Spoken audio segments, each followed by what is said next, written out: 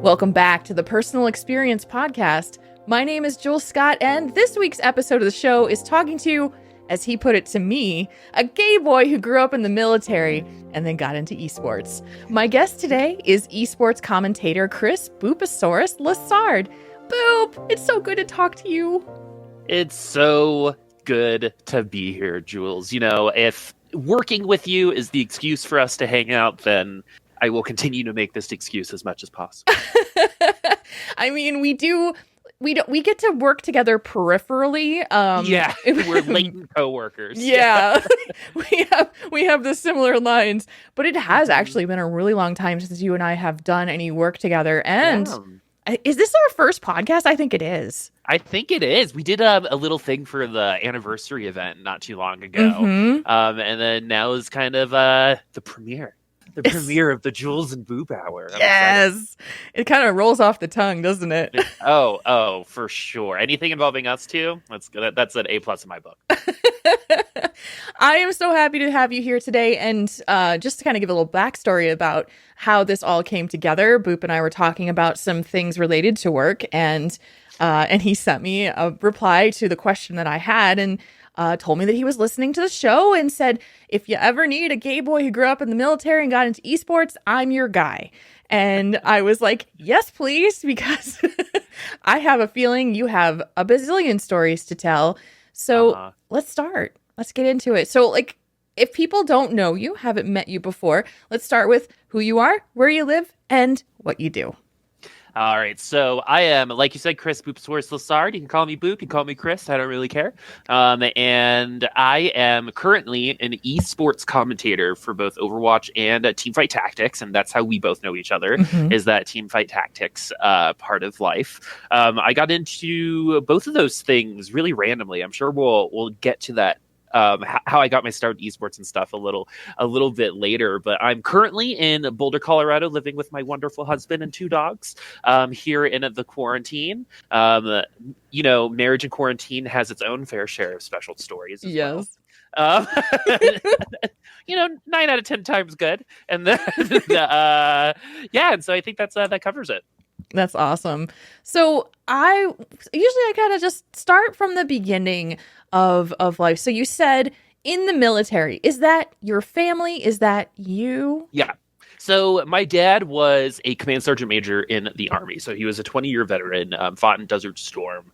And that is kind of the military influence that we had. So my mom is Korean, and they met while my dad was stationed in Korea. And they have given us like 5 different stories on how they've met, which is weird.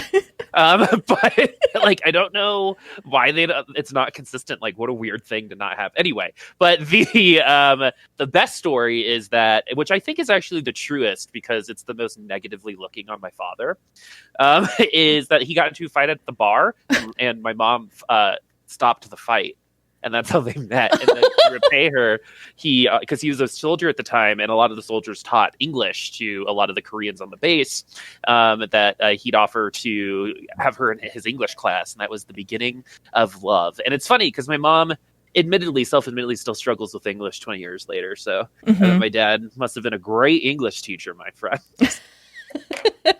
Yeah, I know, right? And do you have any siblings? I do. I have a sister who is 7 years older than me.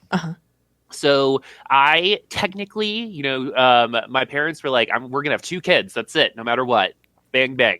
And my mom actually miscarried twice. Wow. And so my sister, who is 7 years older than me, that is why there's a little bit of a gap there. But I guess if...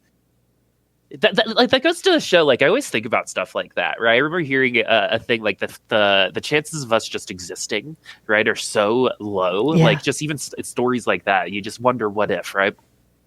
It's so true. And you know, like, just the odds of where you end up and what family you're in, and just the fact that you exist at all. I know, like, I am a half white, half Korean, you know, so not only did my dad have to go to Korea in order for me to exist, he had to find the one woman in Korea that would create me, or be a part in creating me. And it's actually pretty nuts, but and we'll talk about growing up, I'm sure, biracial too, because there's a little bit of that comes into play. Absolutely. Of the previous subject that we were talking about. But it was just it's interesting growing up with two separate cultures, right? And dealing with the kind of responsibility of understanding two different cultures. Yes. Right. And I'm sure again we'll get into that. Yeah. So I mean, let's start there. Did you move around a lot when you were younger because of your military family? Yes, we moved, and what I later learned as well was a choice by my father. It was every 2 years for like 11 or 12 years when my dad was about to retire. So Wow. yeah, I lived in a bunch of places. I think I'm in double digits for sure. Wow. All like the general places, of course. Like we got to live in Hawaii, which was awesome. I was on the younger side, but we lived at some place called the Plaza Hotel because they weren't our military housing wasn't quite ready yet. Mm-hmm. But this hotel had free crab legs at their buffet. And oh man, have I never been more sad to leave a place in my life. Yeah. The Plaza Hotel. Oh, I love that place. But yeah. So that is, I did move around a lot. And it's actually really funny. I actually contribute that to my ability to talk to people. Right. And be able to kind of like enter groups and like forge a path for myself. Because when you move around a lot, it's hard to put down roots. Yes. And so you gotta do it another way. Right. So obviously moving around a lot, being biracial, having to go to a bunch of different schools. What was that like for you? It was so growing up. Speaking of race, I didn't realize how privileged I was or how important race was for my family in a negative way until I was in college, when I had this like revelation on a bus once where there were two open seats and a black man came on, and for some reason I was like, I hope he doesn't sit next to me. And I was like, gross, I hate that I thought that. Right. Yeah. And that was like my first like piece of reflection, because I grew up in a, my life is in kind of like in two separate stages. It's pre my dad's army and then post my dad's government career. Okay. So in my later life, my schools were 98 to 99% white. Okay. But my earlier formative years, my schools were majority black schools, because a lot of the military schools that I went to were majority black. So as a biracial kid too, I still I don't think really attributed negative feelings to race ever until I really realized that they were grown within me as just like a white person, if that makes sense. Yeah. Right. As I got older and kind of realized I had to break down all of this, like, why do I think this way about these people, including gay people, right? As well, because when you're so busy trying to hide a part of yourself, one of the easiest ways to hide it is to hate it, right? Yes. And hate it openly. And so coming to Boulder, Colorado was probably the biggest thing. That was the last move, right, that I've had, because now I own a house and I live here with my husband for over a decade now. But before I came here, I didn't really know where I was in the world. I really didn't identify with my Asian culture at all. My mom didn't teach us Korean when we were younger, so we could only communicate with our mother in her second language, which was really interesting. But like, that's part of that whole, I didn't understand like how impactful that would be later in life, that I tried to learn Korean and my accent's so bad she can barely understand me, so that sucks. Yeah. But the but like to just like not have to learn my mother's language, right? Like that's the type of stuff that I'm talking about when it comes to like not understanding my place when it came to race relations. Because even though I was in a mixed household, even though I was in mixed schools up until like middle school, high school, it just never really occurred to me that any of that was a problem, right? Or that I would need to think differently. And then we moved to Georgia, and that was a very, very, very diverse school that I went to. I went to Frank Long Elementary in Fort Shafter, Georgia. And that was kind of like where I started figuring out my identity and where I was called gay for the first time. Okay. And so like, because as we kind of transitioned into that stage of life, as I kind of jumped ahead, I was like really, really young. Like I said, I was in elementary school, and I was just like doing something, and someone called me gay, and I went home and my dad freaked out on me. Oh my. Right? Because he was like, I think maybe ashamed that I was even perceived that way. Yeah. Right. And me as an 8-year-old, I had no idea. And the funny thing is I was like really good at sports. Right. It's not like, because I feel like that's like the first thing people try to look at with their boys back then. But yeah, I tried to be masculine. I hid myself for a really long time from a really early age.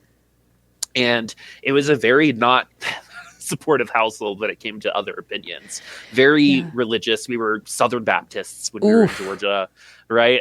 Though I have to say, church was a huge part of my love in music and why I ended up becoming a music major.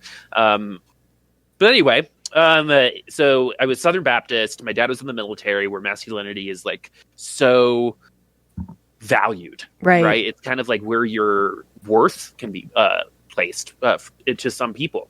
And then, so Georgia is kind of like where I was realizing that maybe I'm different, right? And for a long time, I thought it was because I was half Korean, right? Or that it was because I wasn't growing as fast as the other kids, or my voice was a little nasally than the others.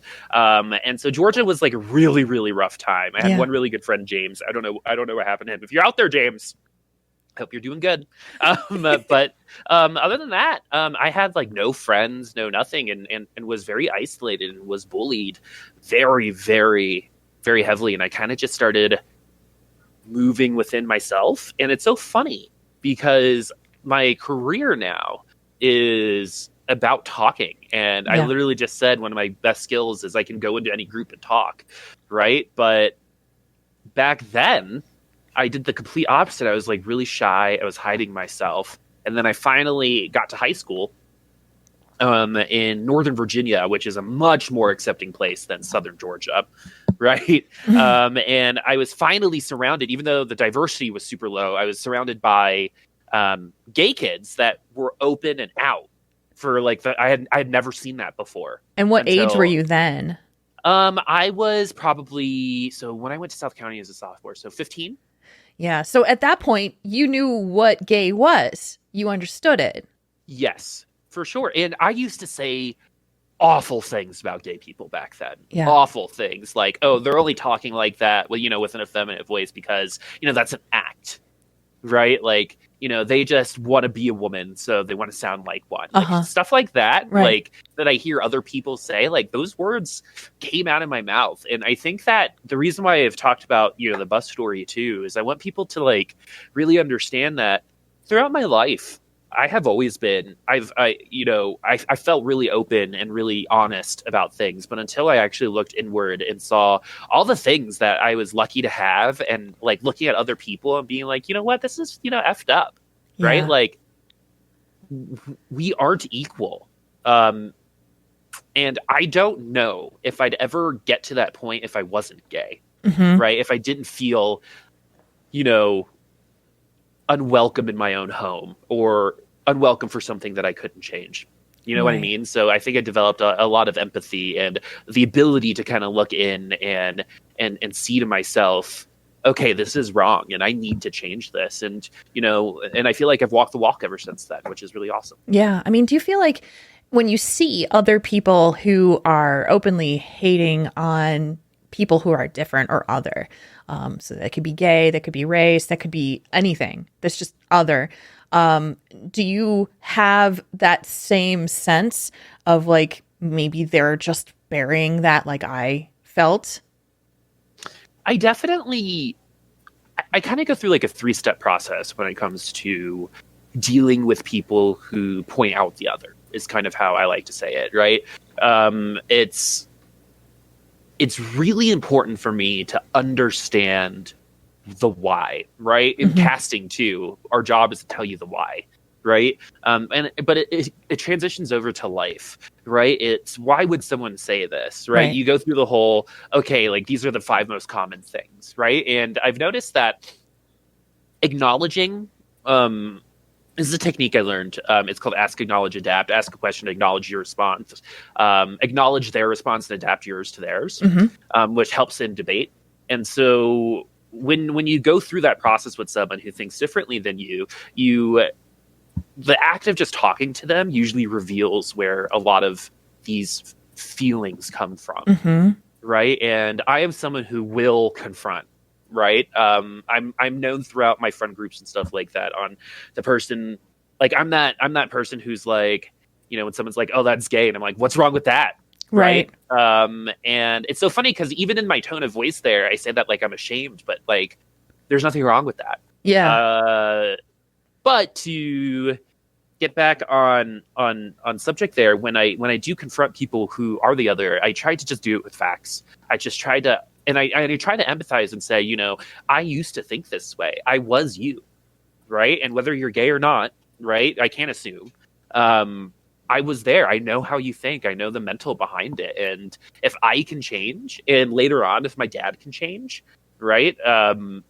Then I believe anyone can, and anyone should be given the opportunity to change as well. Let's talk about your parents. When was the moment that you believed, going back and looking at this, when you realized, yes, I am gay? I would probably say I was a little bit late on like the confirmation. My like thought of like maybe, but I like really pushed it away, was like 16, right? Was when I was like, maybe this isn't working for me. Because poor girl, Jamie, again, I hope you're doing great. I dated her for 9 months and like kissed her once at homecoming. And like when we kissed, I remember afterward, I was like, that was disgusting. Oh no. like I was like something did not work. You know what I mean? Like, oh man. It's like it was like hearing the word moist on your face. Oh gosh. Anyway. So like that was kind of like the first point where I was like, okay, maybe it's me. You know what I mean? But at the same time, I was in a very not supportive household for that. Yeah. Was it both parents that weren't so supportive? It was. So my mom, I still think, has like a little bit of a hard time. She's definitely coming around because I think it's cultural. Korea didn't recognize that gay people existed in the country until 2001. Okay. Which is 19 years ago. It's like not that much. No. I was alive when they did it. But gay rights and like their gay pride parades are growing exponentially and stuff like that. But my mom, she definitely had a hard time. She cried when I came out. It was rough, but the good thing is now they're both allies. And again, if they can change, I hope that gives hope to other people that like people can think these awful things. People can grow up in these awful places, right? Like my husband also grew up in a really religious family in Oklahoma, right? Ooh, and we both have seen our family who have said awful things move in, and I really believe that they love and cherish us now, right? I'm positive that my dad likes John more than me. Actually, my sister and I talk about it all the time. Like apparently my mom and my sister were like hanging out, and she was like, so how's John? She didn't even ask about me. Like, come on. Just wants to know how John's doing. Yeah, like I get it. I married him. He's great, but I'm also your son. But no, I think that was really, really hard for her because I think it was cultural for her. And like I said before, moving against culture, whether it's your household's culture or your ethnic culture or anything like that, is one of the hardest things to break, I think, in terms of behavior. Yeah. And your father, how did he handle the news that when you came out? Not good. Oh, tell. Not good. Well, when I first came out, it was an experience, right? It was your general dramatic, like, I'm gay, right? And my mom started crying. My dad was like, how could you do this to me? Blah, blah, blah. You know, like exactly like you would see in like a coming out movie. Yeah. In the theaters right now. It was pretty archetypal, which doesn't make it any less special, right? Just because I shared that experience with other people and in its similarities, it's still my experience. And it's still coming out should be. Yeah, and it's still like guts you to the core because the people who raised you have now decided that you are not the son that they raised. And later on it was because, my dad told me, well, when you told me you were gay, that is a death sentence to go to hell. And the last thing a parent wants is their child to go to hell. Right. And when you believe that gay is wrong, you believe that your child is going to go to hell, like, I see the motivation to stop.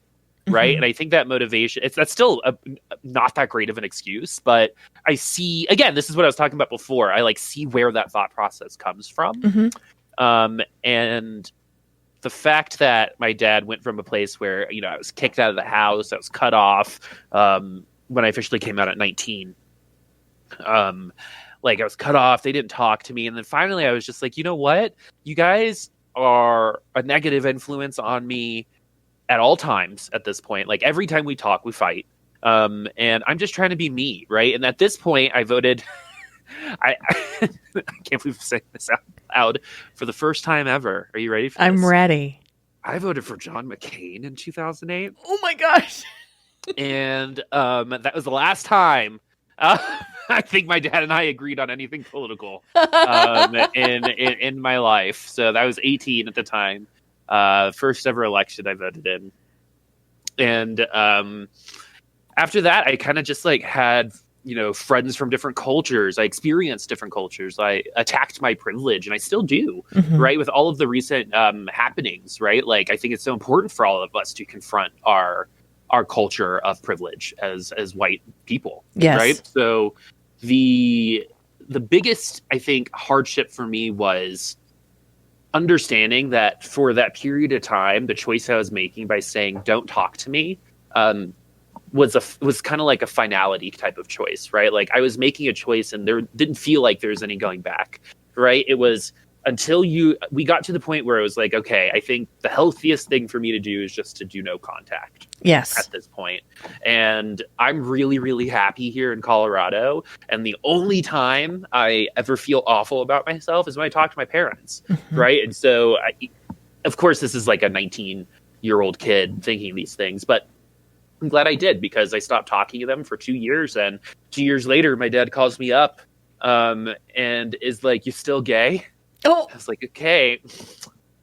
And then and then it was like, "Yeah, still gay. And you're apparently still not over it." And then we hung up. And then a year later, he apologized. And that was the long and very, very slow process to where we're at now, which is a much, much better spot. Where, again, I'm pretty sure, John was like a Boy Scout and was really good at building things. And, and like all things I know my dad wanted me to be. So I think John definitely helped him warm up a little bit. But what do you think it was that had him call you and say he was sorry? What turned him? I think it was the no contact. I really, really do. I think the biggest thing is like, this is my son, right? And I think he came to the realization that my son is my son. And regardless if I agree with his sexuality or not, he's still my son. I should probably do something to help this relationship. Mm-hmm. There are other issues that happen, like substance abuse stuff, along this that also contributed to a negative relationship. That was hard for us because, the military, there's a lot of substance abuse there.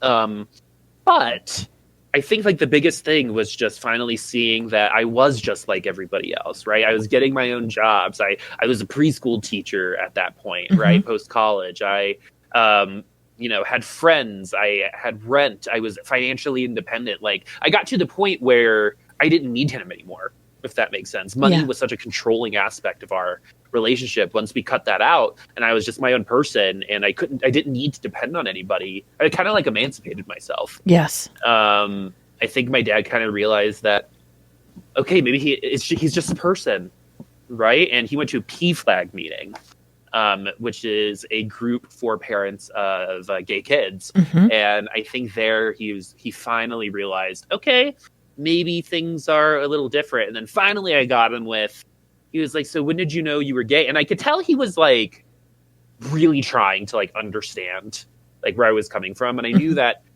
would include some offensive questions. And so he was like, "So when did you choose to be gay?" And I was like, "So when did you choose to be straight?" And then he like I could see the wind just get knocked out of him. And he had never thought about that before. Right. And then I was like, yeah, it was really cool that you had to come out to your whole family as a straight man, right?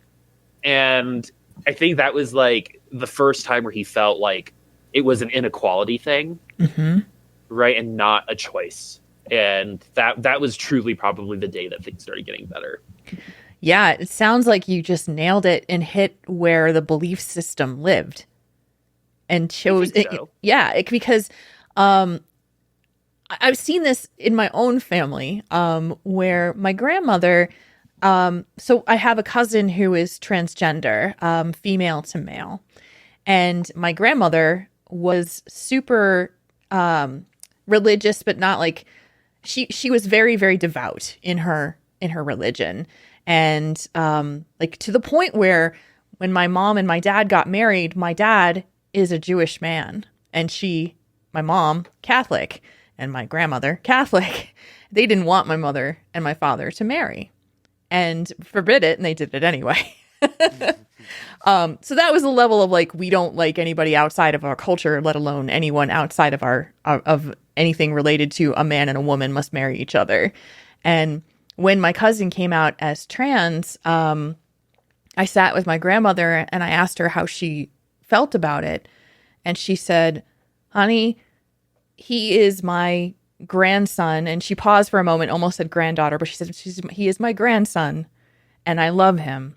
And it doesn't matter anything else.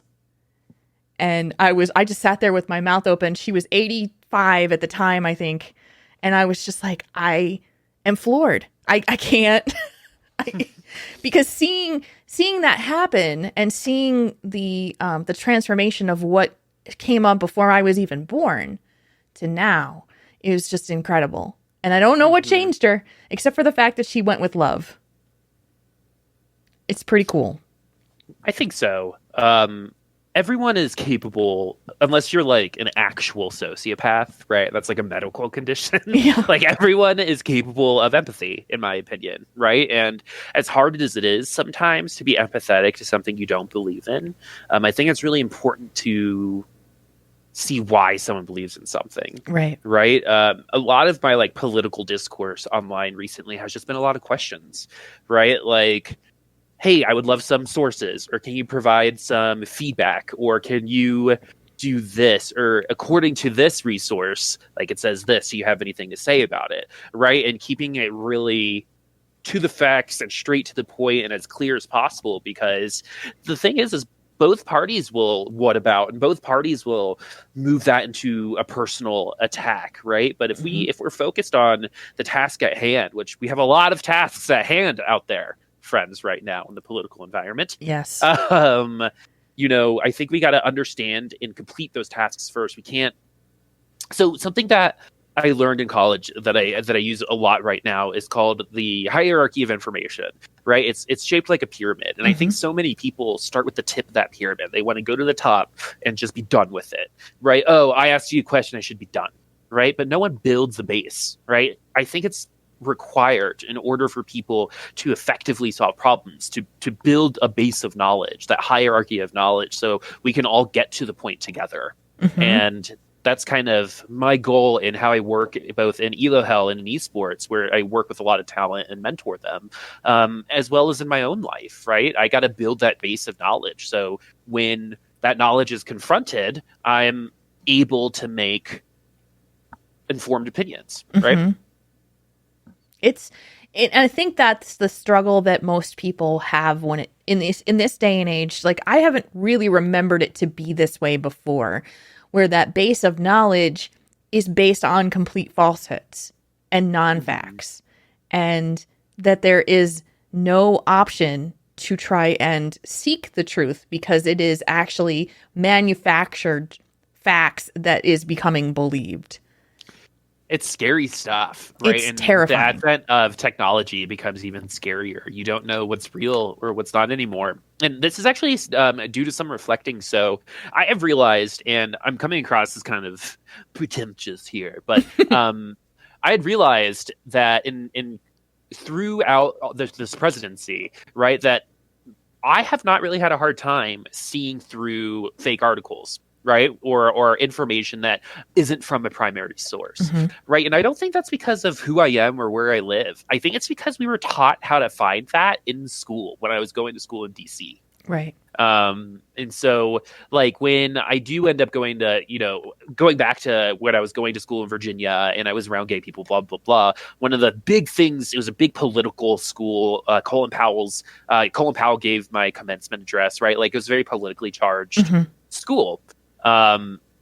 And I specifically remember being taught sources and finances like at my school. And that was like another thing I realized like is a privilege, right? That like I'm one of the few people I know who was taught that stuff. Like in school as like a whole part of my education is how to identify primary sources. Right. And also to question when things don't seem right, which is that's a skill that doesn't get taught. I'm the product of a police household. So my father is a retired police chief. And that was the thing that he taught me as a younger girl was, number one, be fully aware of your surroundings and know what's going on around you at all times. And also question everything. Don't take everything at face value. There's a bigger story there. You just have to make sure that you're looking for it. So one of my AP Gov teacher, I'll never forget this, said, have you ever watched Animaniacs? Oh, yeah. You know that skit? I forget her name, where she's like, why?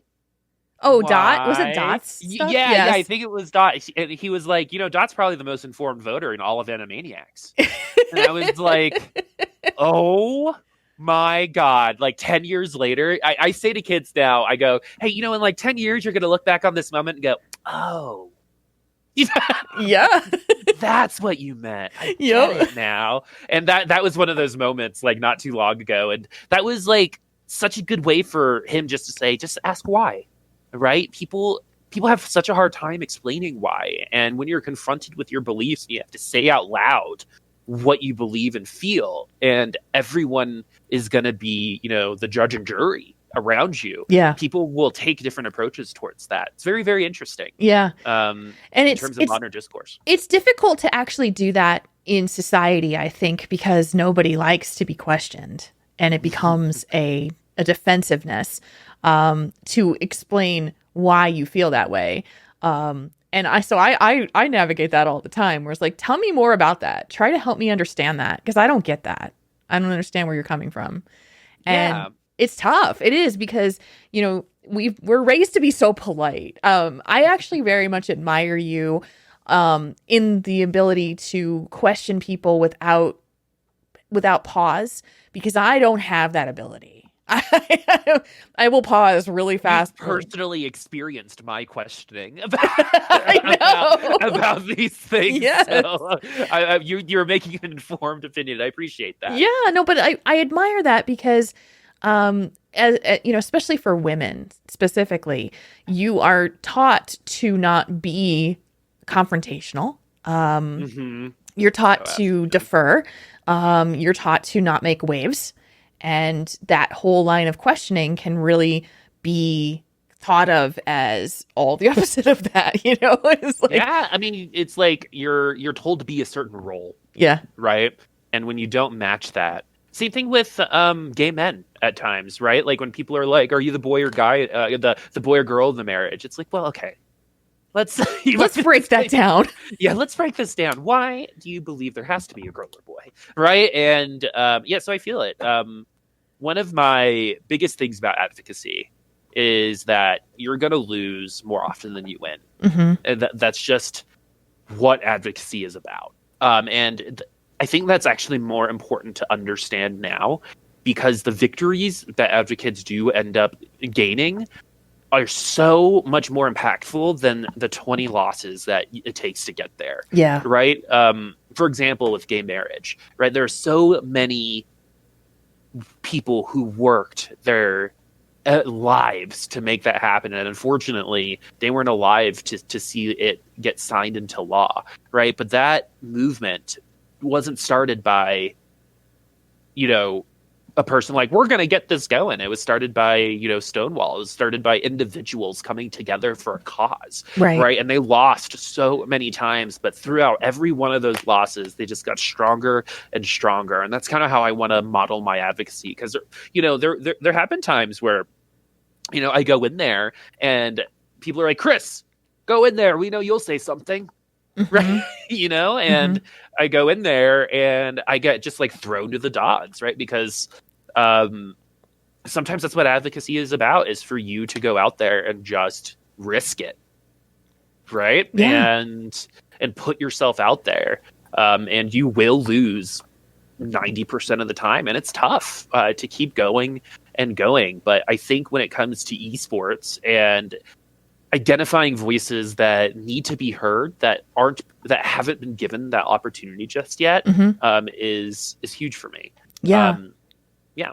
I wanted to talk about your time in esports, because in this industry in particular, it has never truly been the most welcoming location for anyone who is not white and male and straight.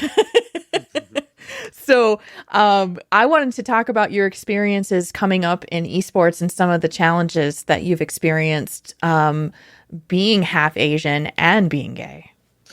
So I look white, and I think that helped me a lot throughout my life, to be completely honest with you.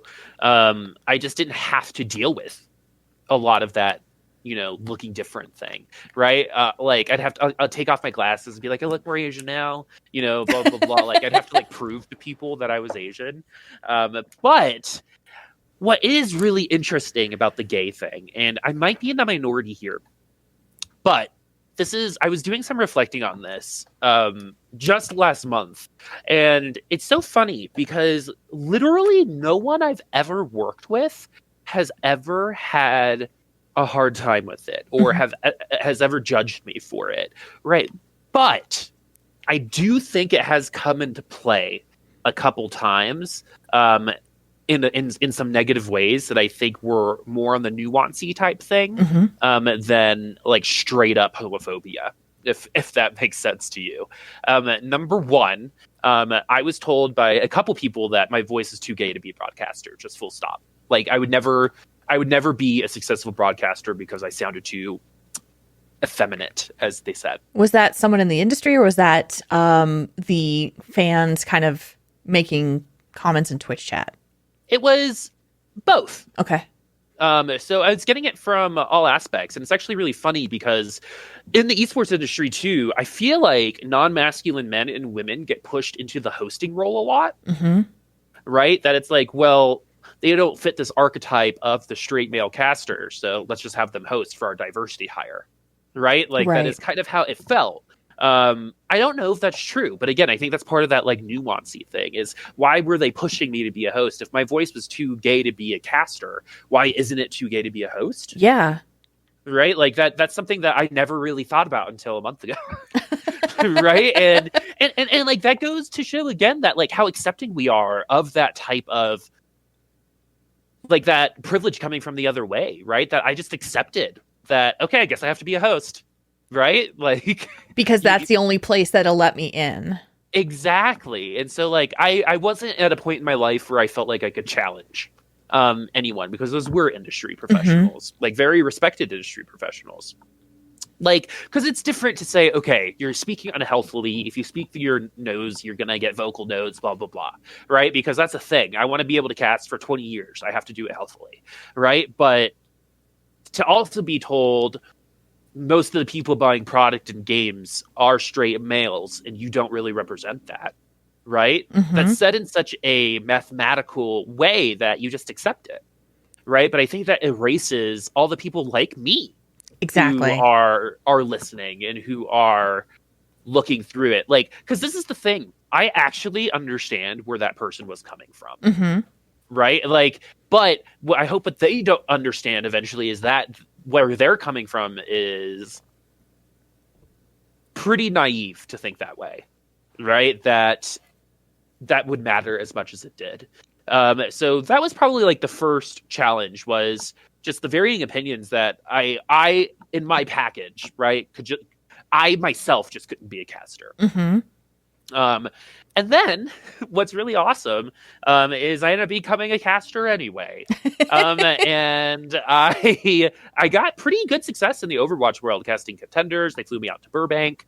I was in a studio. It was one of the most amazing times of my life. It was awesome. But this is another time where I realized I wasn't being completely open about my personal life, like on social media and stuff. Uh-huh. I wouldn't post about my husband. I wouldn't talk about, when I say I was married, I wouldn't talk about who or gender, who I was married to, like if I was talking on a cast.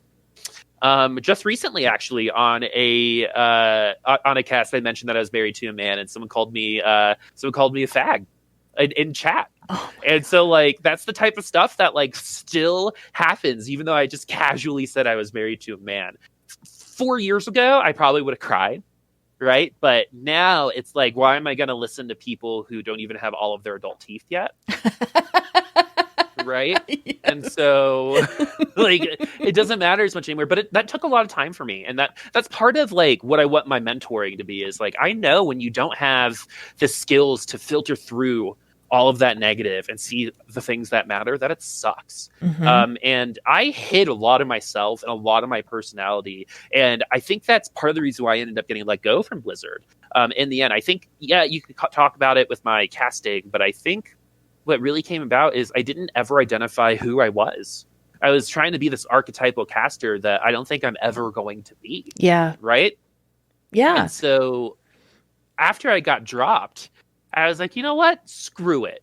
And then I typed a status, and I realized the first time I had ever mentioned that I was gay, which was, it was really cool to be one of the first openly gay casters in Overwatch Contenders history, which is true, right? I cast with the first woman to cast Overwatch Contenders. And so like we were like a culturally like relevant casting pair, but at the same time, people were always like, oh, they only got it because, you know, they're the diversity hire. She's a woman, blah, blah, blah. It was so funny to me and so aggravating, because we would say similar things to like the other casting pair, but when we said it, we were stupid. But when they said it, they were smart. And the biggest difference was the people. The information was the same. So those are the types of things where I feel like maybe I can't ever prove, but from my life experience, I do think those are how, in a nuanced type of way, being gay has affected my esports career. It hasn't really affected my networking all that much, to be completely honest with you. I've never met one time I did, but just one time, like legitimate homophobia in front of my face where I'm like, you're being homophobic. You know what I mean? Has only ever happened to me once ever in my esports world. Way more before I got in here. But overall, the people have been really accepting. It's just the fear of what those same people would think of me if I was more open or more different than they. Yeah. Well, and it's putting yourself out there in public with an open chat and people who can easily send you messages on social media. It goes, there's that thing that sits in the back of your mind, and you just know that it could happen to you at any point where you don't expect it. I have some of that being a woman in a male dominated industry for myself. And after 8.5 years, I've pretty much just kind of gotten over it, to the point where, you know what, if you're just going to insult me because of my gender or my weight or whatever it is, that's not going to take me down like it did before.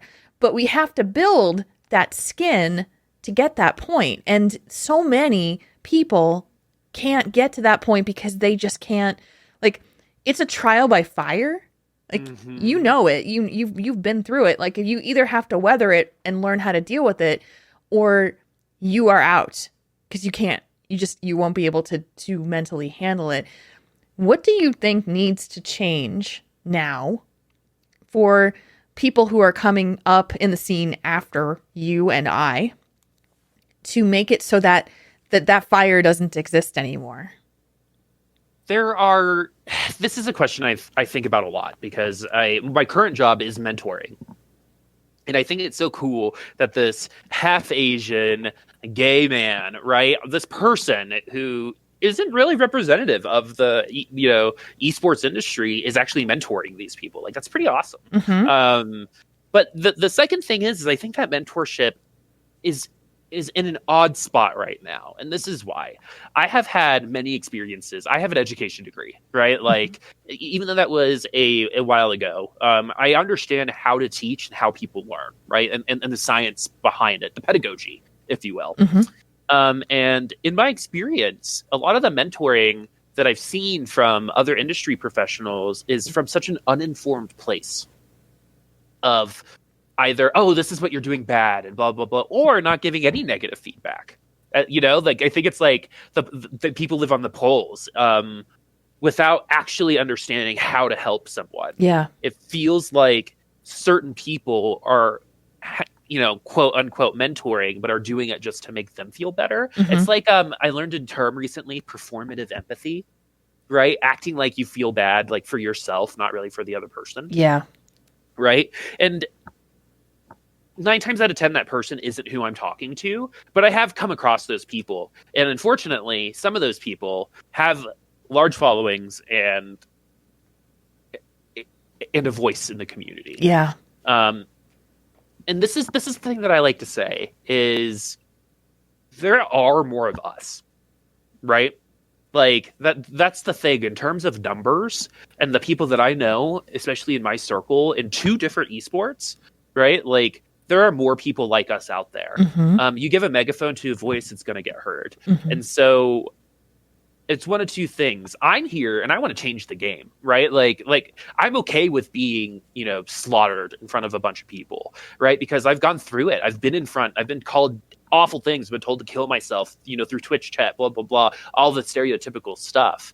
And I want to take the mantle and be like, no, this is how you do it. This is how you teach. If we want to maintain esports as an industry, it can't be nepotistic anymore, right? And I know it's boring, but we also need to start best practices, right? Because while having rules and stuff sucks, the rules are there for a reason, right? And coming from the education world where I was never alone with a child ever, right? And that was like a self-imposed rule. I always had a rule of 3s, right? No less than 3 people in a room ever.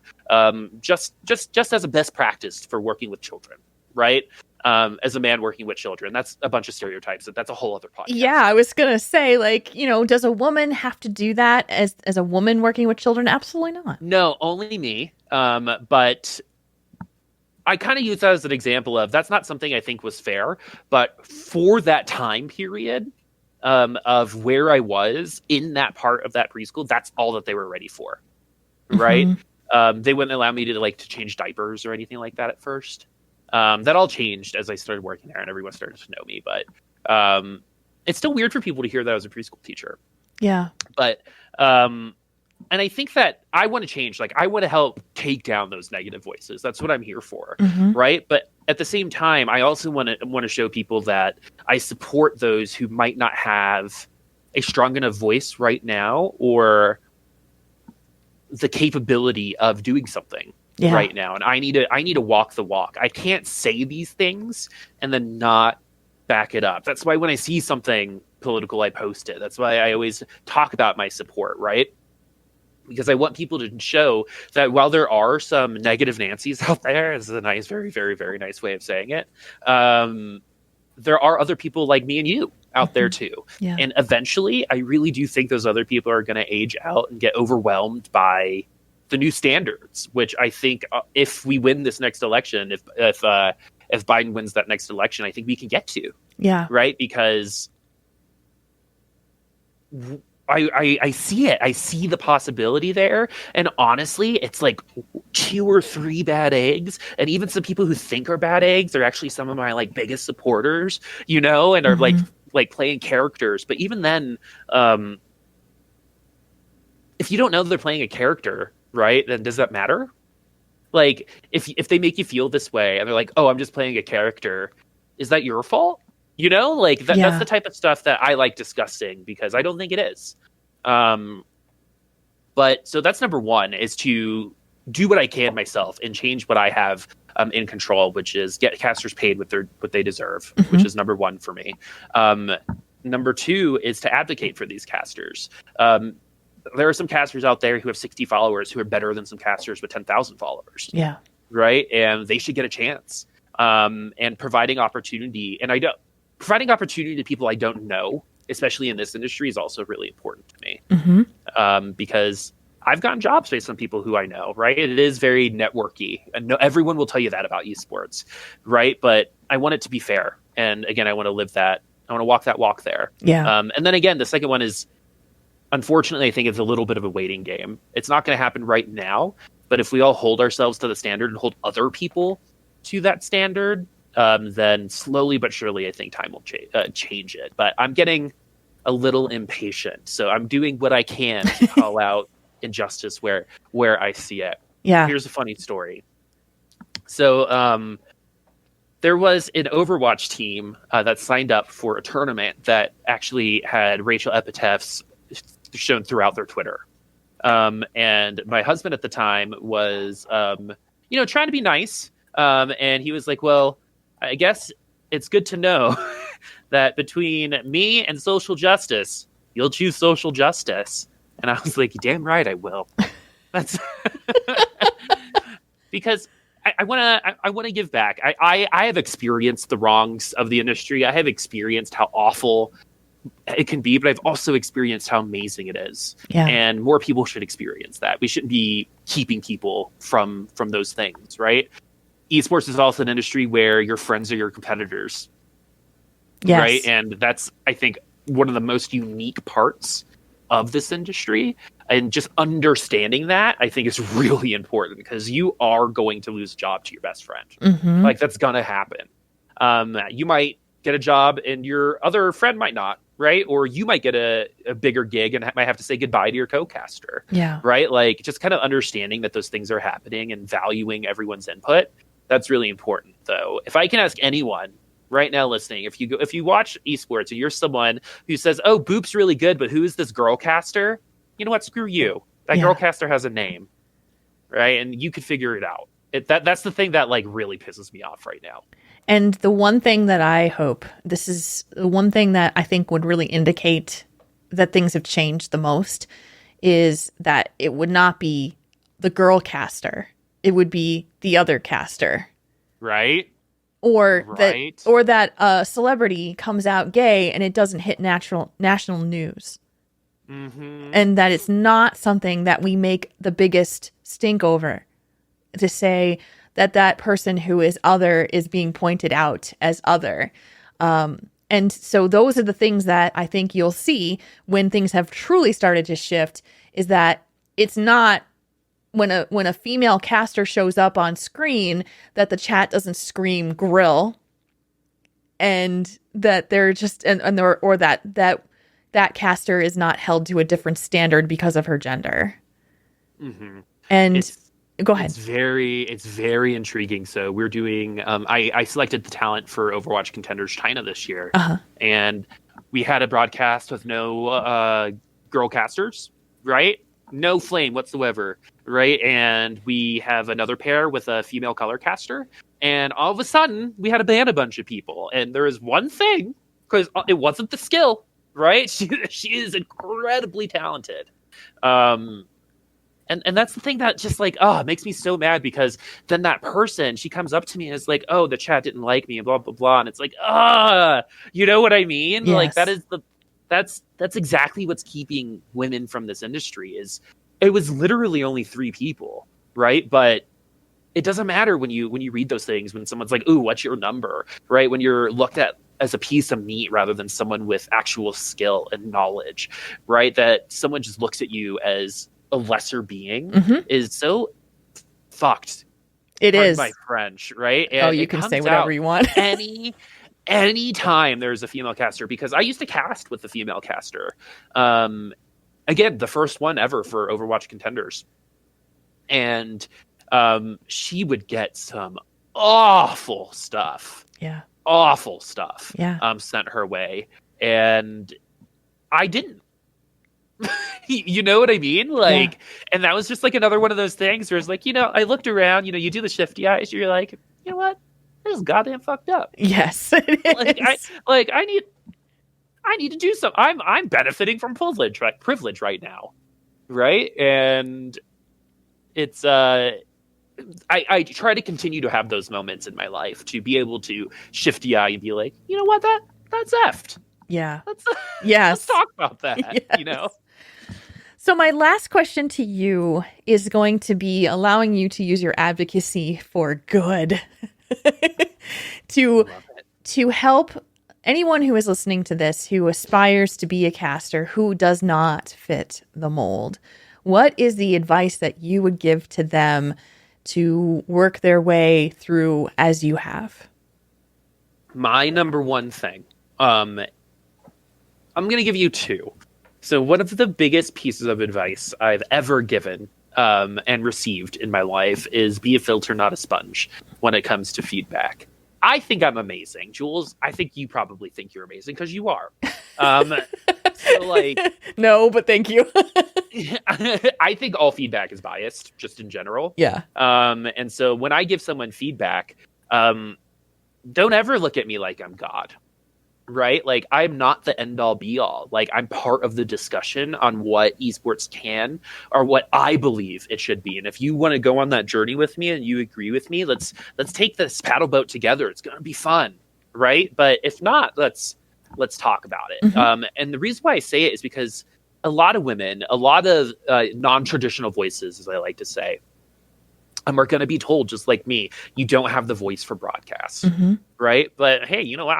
I'm kind of all over the place right now, right? If I didn't have a voice for broadcast, right, I wouldn't be continuing to broadcast. You know what I mean? Like, don't take that as closely as I did, where I tried to change who I was as a person to accommodate what I thought the audience wanted. Yeah. Right? Rather than giving a voice to people like me.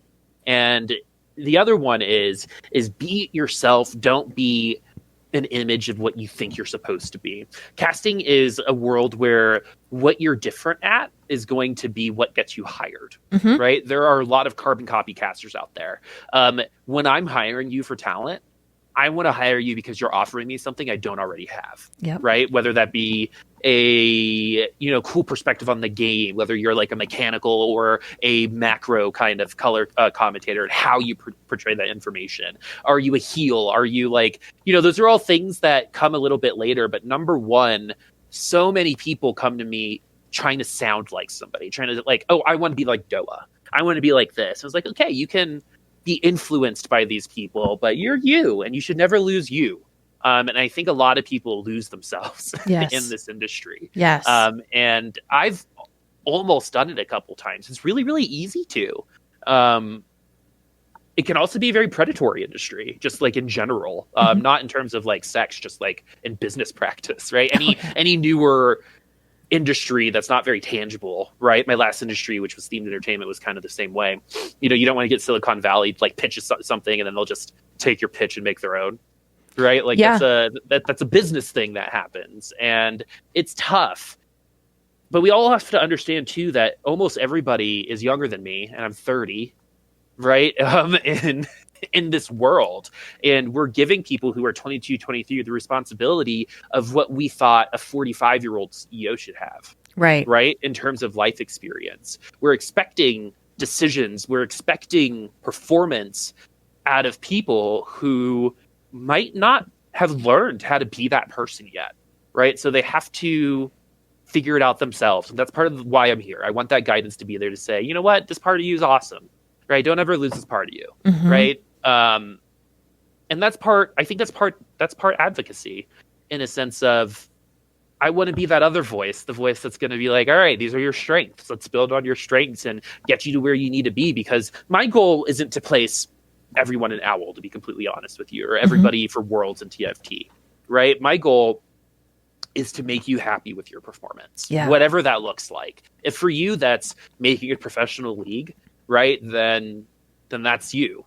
Right. And we'll talk about goals and stuff like that. But the ultimate thing is that when you perform, when you're up there in front of everybody, sharing your voice to the world, exposing yourself, trying to do the best that you can do, that when you get off that mic, when you get off that stage, you're proud of that performance. Yes. How we can get you there is up to you. Right. I don't have a standard way of doing it. No one should. And that's so big to me, is for people to understand that they're going to be told so many negative things. Oh, you're bad at that. You're bad at that. There are some people who are known for their negative VOD reviews. Like, you think about like the mean violin teacher in the movies, right? With the ruler, with the piano teacher. Like, those people exist in our world too, right? And that has its whole host of issues.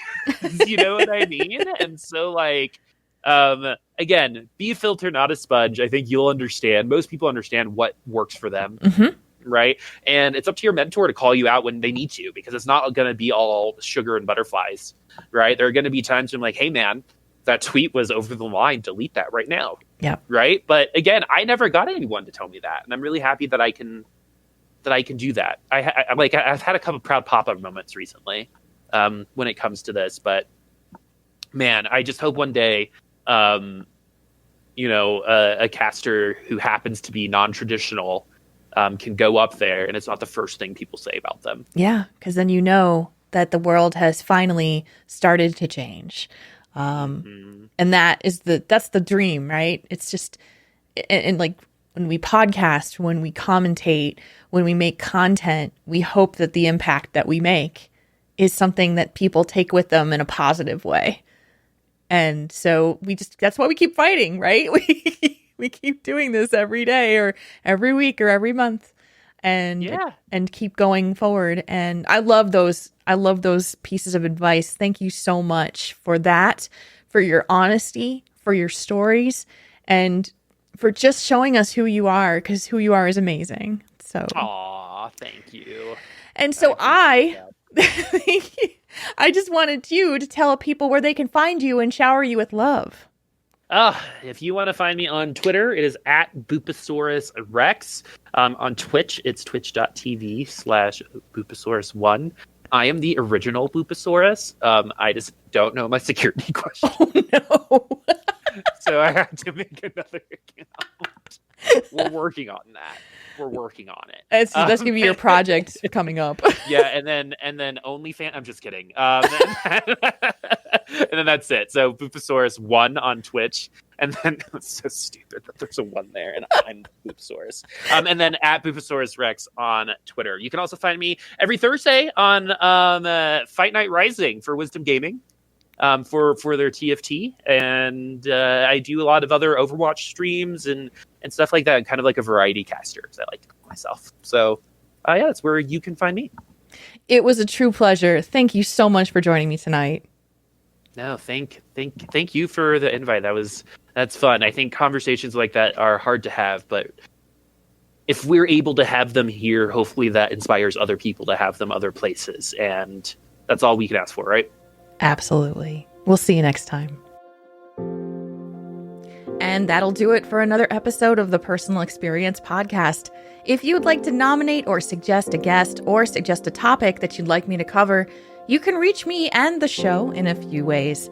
You can reach me by email at personalexperiencepodcast@gmail.com. You can tweet me at JulesRPG, or you can tweet the show at its new home at PersonalEXPShow. This show is available on iTunes, Google Play, Spotify, Pocket Casts, YouTube, and Direct Feed. Thank you so much for listening to the Personal Experience Podcast. Seek understanding, feel empathy, connect to one another. I'll see you next time.